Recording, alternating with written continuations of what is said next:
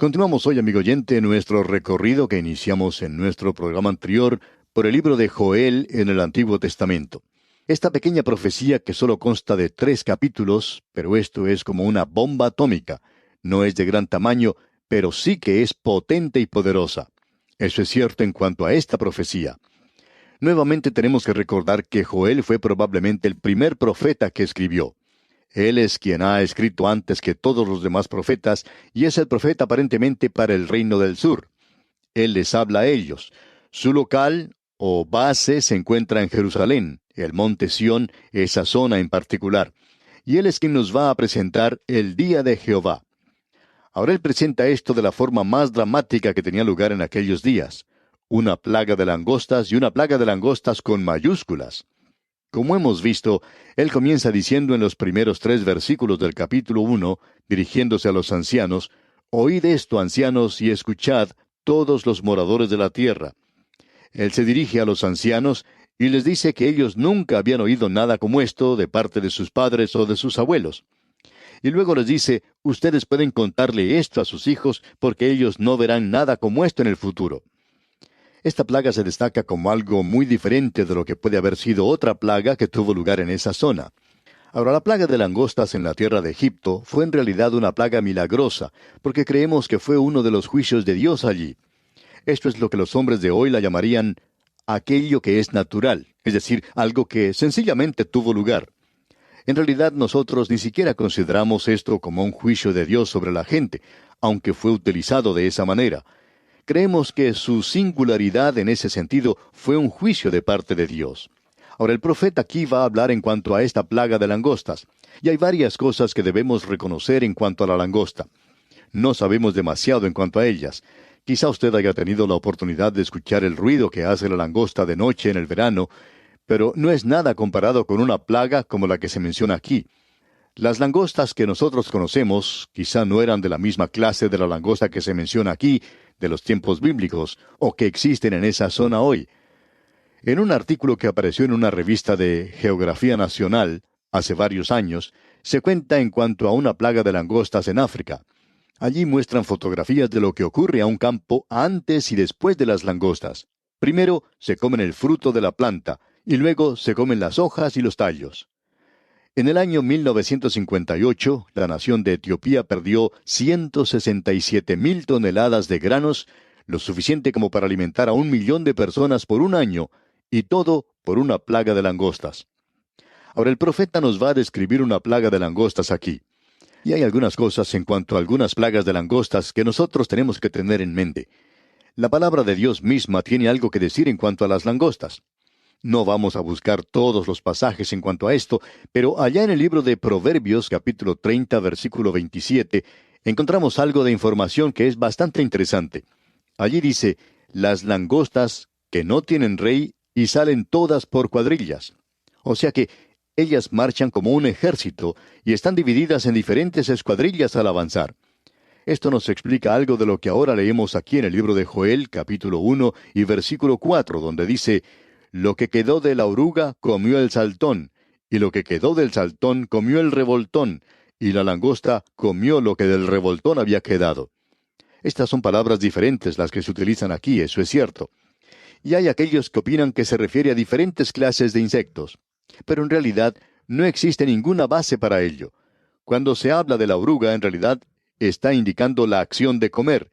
Y la palabra langostas, arbe, quiere decir que hay muchos de ellos como un ejército, y que son migratorios. Se desplazan en grandes cantidades. También se describe la acción de lamer y la de devorar o consumir. Así es que tenemos aquí 4 palabras que describen la langosta y lo que ésta hace. El salmista dice que la langosta avanza como un ejército. En primer lugar, aparecen los aviones que lanzan sus bombas. El primer ataque de la langosta es por medio del aire. Estas pueden dejar un árbol desnudo en solamente pocos minutos. Y luego, después de las bombas que han sido arrojadas por la Fuerza Aérea, llega la artillería y ésta destruye cada sección y deja la zona devastada. Pero aún hay mucho que queda.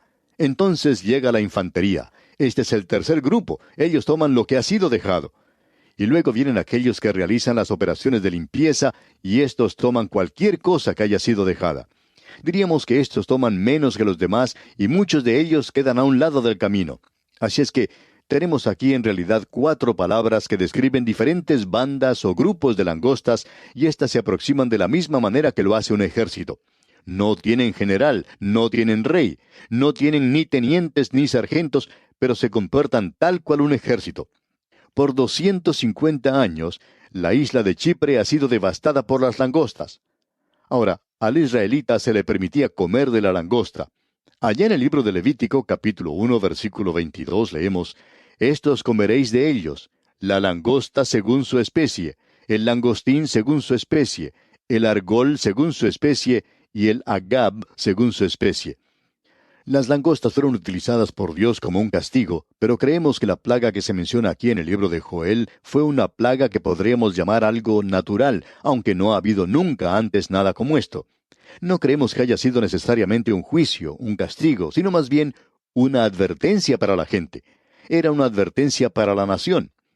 Tenemos aquí al primer profeta que escribió en la época de Elías, y Elías era una advertencia para el reino del norte. Y ahora este hombre, de una manera muy dramática por cierto, Joel, está advirtiendo al reino del sur en cuanto a un juicio, en cuanto a un castigo que se aproxima. Y Joel se apartará del castigo local, y este ha sido el método de todos los profetas, de salir de una situación local y avanzar entonces hacia el futuro, hacia el día que viene, o sea, el día de Jehová. Ahora no sabemos si tendremos tiempo hoy para escuchar esto del día de Jehová. Queremos dedicarle todo un programa a esto. Es uno de los términos más mal entendidos y aún así, uno de los más importantes en las Escrituras. Joel fue el primero en utilizarlo, y él presenta de una manera muy clara lo que es. Así es que, después de él, todos los profetas lo único que tienen que hacer es mencionarlo, y ellos simplemente lo podían llamar aquel día que viene, y eso lo veremos más adelante. Ahora tenemos algo más aquí. Cuando una plaga de langostas llega, se lleva todo lo que está a la vista. La forma de actuar que tiene la langosta es la de llevar todo lo que encuentra en su camino. Amigo oyente, como vamos a ver más adelante, esto nos lleva al día de Jehová que comienza con el período de la gran tribulación y por supuesto que nos estamos adelantando un poco. Pero, ¿cómo comienza el período de la gran tribulación? Comienza con los 4 jinetes del Apocalipsis, una paz falsa. Después de eso comienza una guerra. Luego, después de eso, viene un hambre.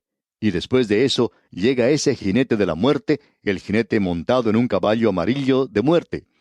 Aquí podemos apreciar un paralelo tremendo porque durante el período de la gran tribulación no serán literalmente langostas, sino que será algo mucho peor que va a pasar a través de la tierra. Y no solamente sobre esa tierra, sino a través de todo el mundo, y el mundo será devastado completamente cuando el Señor Jesucristo regrese a la tierra para establecer su reino. Ahora esto hace de esta profecía algo realmente sobresaliente. Hemos visto aquí que tenemos 4 clases diferentes de langostas. De paso deberíamos decir algo más, y es que quizá alguien quiera reprendernos por utilizar este término de paso. Hay muchos que quieren saber qué es lo que queremos decir con esto. Bueno, amigo oyente, es solamente una expresión que utilizamos cuando estamos cambiando de tema o estamos retrocediendo para hablar de algo que deberíamos haber dicho antes. Y aquí tenemos algo que deberíamos haber dicho antes. Cuando usted observa a una langosta de cerca, puede apreciar que se parece a un caballo. Y en el libro de Apocalipsis, digamos de paso, se menciona que estos jinetes se parecen a langostas. Son langostas fuera de lo común, por cierto. Y acabamos de utilizar esa expresión otra vez y esperamos que usted nos perdone, amigo oyente, por utilizarla nuevamente. Es solo una expresión idiomática. En todo caso, confiamos, amigo oyente, que usted entienda que no estamos leyendo alguna novelita buena aquí.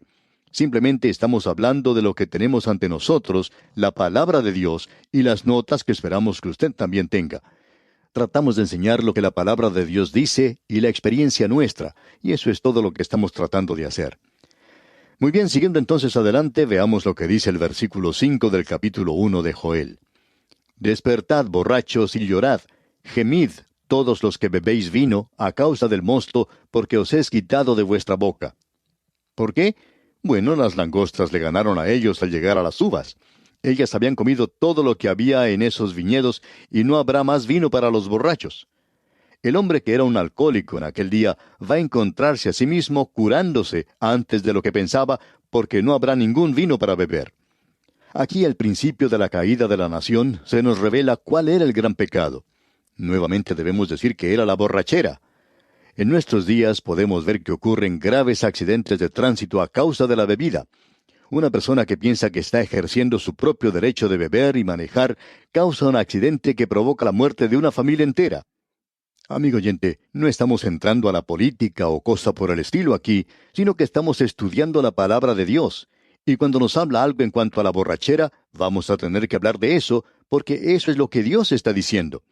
Y cuando Él habla en cuanto al rey, siendo un borracho, entonces vamos a hablar en cuanto a las borracheras que tienen lugar en las grandes capitales de este mundo, porque según se dijo hace algún tiempo, allí tienen lugar grandes fiestas donde se consume gran cantidad de bebida.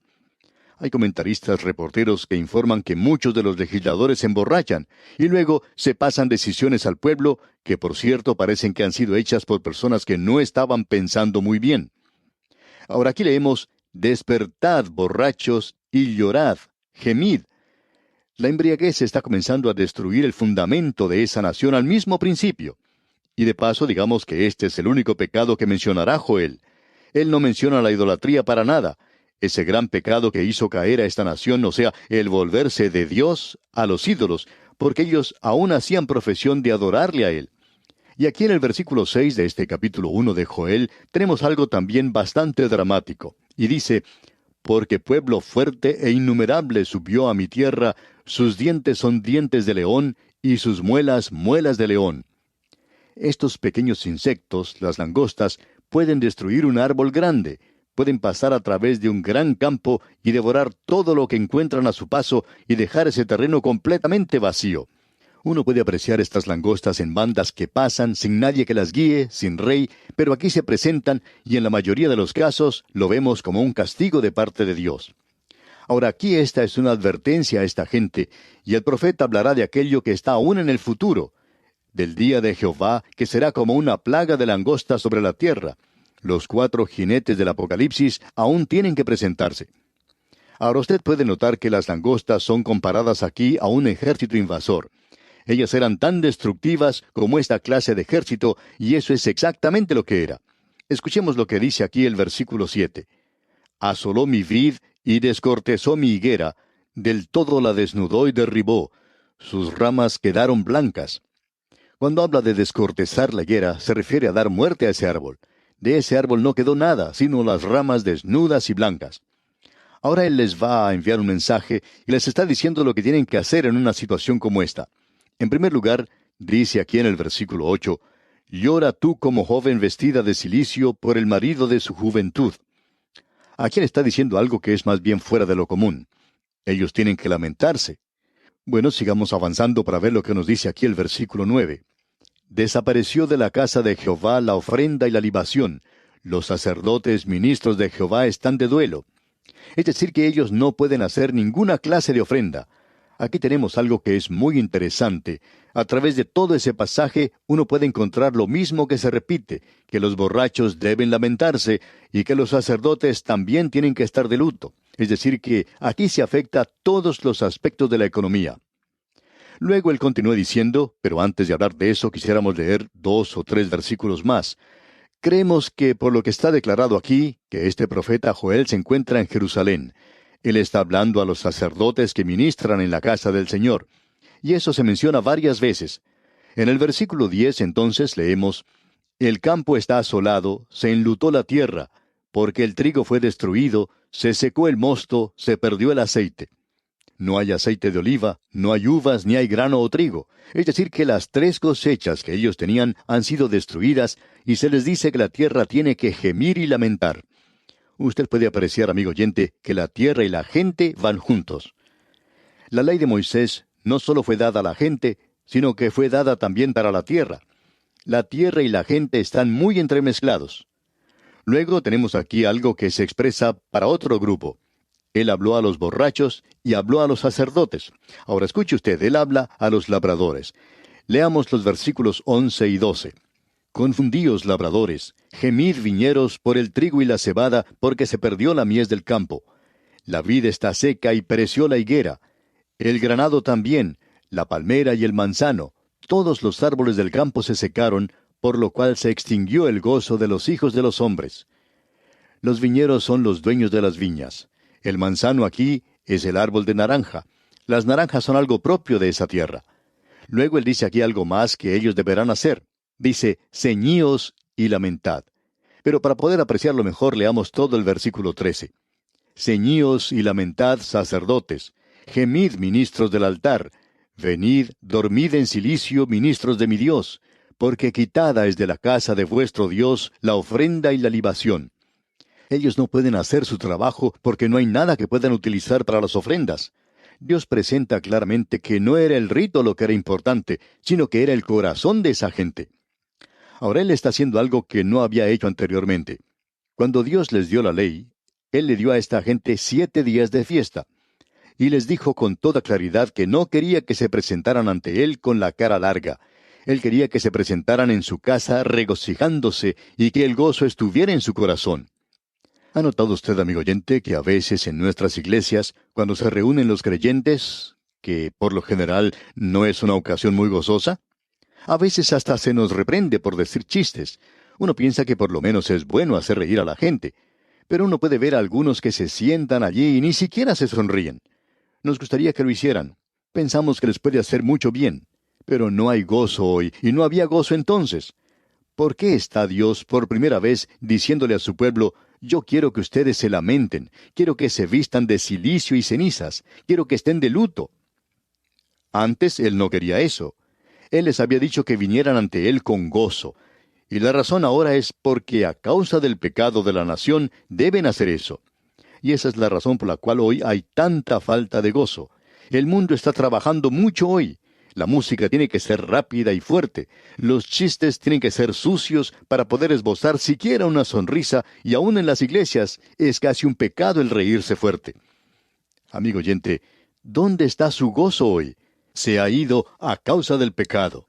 Dios no nos permite tener gozo y Él le está diciendo a esta gente, vengan a mí con su lamento. No me gusta, pero ustedes son pecadores y quiero ver el arrepentimiento de ustedes.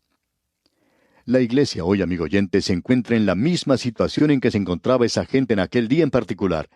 Y esto era solamente el comienzo. Ahora ha llegado esta plaga, ha destruido completamente la economía de su tierra, y ellos se encuentran en medio de una gran hambre, y tienen que estar de luto, lamentándose ante Dios. Tienen que vestirse de cilicio y de ceniza. Dios no quiere su gozo porque ellos son ahora pecadores, y esa es la única manera en que pueden acercarse a Dios, mediante el lamento, mediante el lloro, mediante la humillación y el arrepentimiento. Bien, amigo oyente, vamos a detenernos aquí por hoy. Dios mediante continuaremos con este mismo asunto en nuestro próximo programa. Mientras tanto, le recomendamos que usted lea el resto de este capítulo 1 del libro del profeta Joel y se familiarice con su contenido. Es nuestra oración que Dios le bendiga ricamente.